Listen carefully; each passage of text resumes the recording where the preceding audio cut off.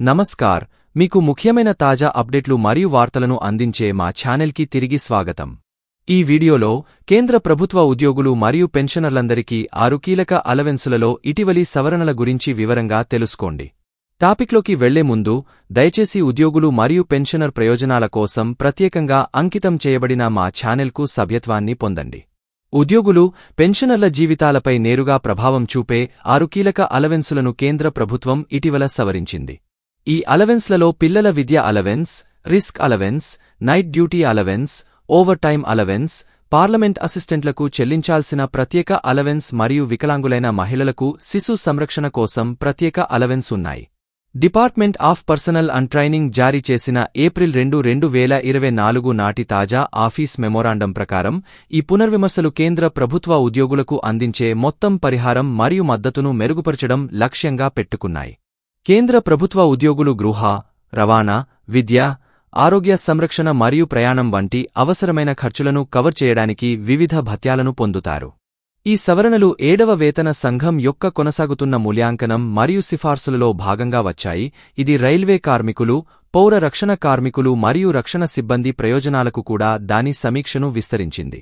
ఈ అలవెన్సులకు చేసిన కీలక సవరణలను నిశితంగా పరిశీలిద్దాం. 1. పిల్లల విద్యా భత్యం. ఈ భత్యం ఇప్పుడు జీవించి ఉన్న 2 పెద్ద పిల్లలకు నెలకు ₹6,750 హాస్టల్ సబ్సిడీతో కేటాయింపులను కలిగి ఉంది. వికలాంగ పిల్లలకు ప్రత్యేక రేట్లు వర్తిస్తాయి, ప్రభుత్వ ఉద్యోగులందరికీ కలుపుకొని మద్దతునిస్తుంది. 2. Risk allowance. ప్రమాదకర విధుల్లో నిమగ్నమైన ఉద్యోగులకు అందించడానికి సవరించబడింది. ఈ భత్యం ఇప్పుడు స్పష్టంగా నిర్వచించబడింది మరియు ఏ ఉద్దేశానికైనా చెల్లింపుగా పరిగణించబడదు, పరిహారం నిర్మాణంలో దాని ప్రత్యేక వర్గీకరణను నిర్ధారిస్తుంది. 3. Night duty allowance. Night duty గంటలు మరియు అర్హతలను నిర్వచించడానికి మార్గదర్శకాలు జారీ చేయబడ్డాయి. ప్రాథమిక వేతనానికి నెలకు ₹43,600 సీలింగ్ సెట్ చేయబడింది. 4. Over time allowance. బయోమెట్రిక్ హాజరు ద్వారా జవాబుదారీతనంపై దృష్టి సారించి ఓటీఏ మంజూరు కోసం మంత్రిత్వ శాఖలు, డిపార్ట్మెంట్లు ఇప్పుడు ఆపరేషనల్ స్టాఫ్ని గుర్తించాల్సిన అవసరం ఉంది. 5. పార్లమెంట్ సహాయకులకు ప్రత్యేక భత్యం. సెషన్ల సమయంలో పార్లమెంటు పనిలో నిమగ్నమై ఉన్నవారికి మెరుగైన రేట్లు, వారి అంకితమైన సేవకు న్యాయమైన పరిహారం అందేలా చూస్తుంది. 6. వికలాంగ మహిళల కోసం పిల్లల సంరక్షణ కోసం ప్రత్యేక భత్యం. చిన్న పిల్లల సంరక్షణలో వికలాంగ మహిళా ఉద్యోగులకు మద్దతుగా కొత్త భత్యం, పిల్లలకు 2 సంవత్సరాల వయస్సు వచ్చే వరకు ఆర్థిక సహాయం అందించడం.